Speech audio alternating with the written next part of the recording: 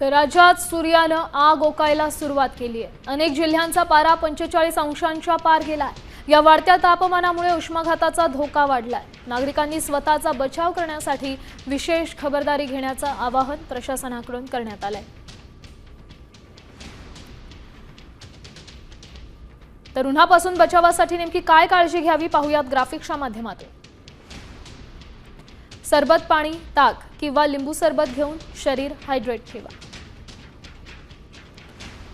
चहा, कॉफी आणि अल्कोहोलचं सेवन टाळा। दुपारी 12 ते 4 या प्रखर उन्हाच्या वेळेत बाहेर जाणं टाळा। बाहेर पडताना फिकट रंगाचे सैल सुती कपडे, टोपी आणि छत्रीचा वापर करा। आहारात कलिंगड, काकडी यांसारखी पाणीदार फळं घ्या। जास्त मसालेदार, तेलकट आणि शिळं अन्न खाणं टाळा। चक्कर, मळमळ किंवा तीव्र डोकेदुखी जाणवल्यास डॉक्टरांशी संपर्क साधा।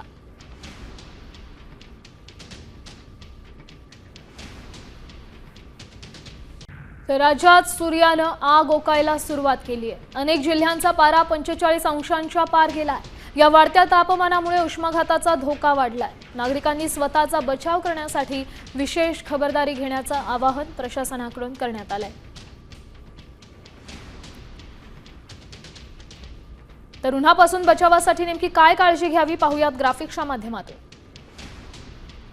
सरबत, पाणी, ताक किंवा लिंबू सरबत घेऊन शरीर हायड्रेट ठेवा। चहा, कॉफी आणि अल्कोहोलचं सेवन टाळा। दुपारी 12 ते 4 या प्रखर उन्हाच्या वेळेत बाहेर जाणं टाळा। बाहेर पडताना फिकट रंगाचे सैल सुती कपडे, टोपी आणि छत्रीचा वापर करा। आहारात कलिंगड, काकडी यांसारखी पाणीदार फळं घ्या। जास्त मसालेदार, तेलकट आणि शिळं अन्न खाणं टाळा। चक्कर, मळमळ किंवा तीव्र डोकेदुखी जाणवल्यास डॉक्टरांशी संपर्क साधा।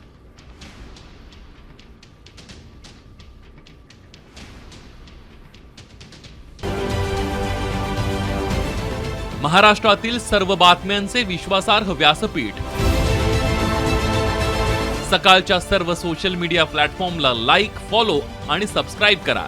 तसंच सर्व नोटिफिकेशनसाठी बेल आयकॉन प्रेस करायला विसरू नका।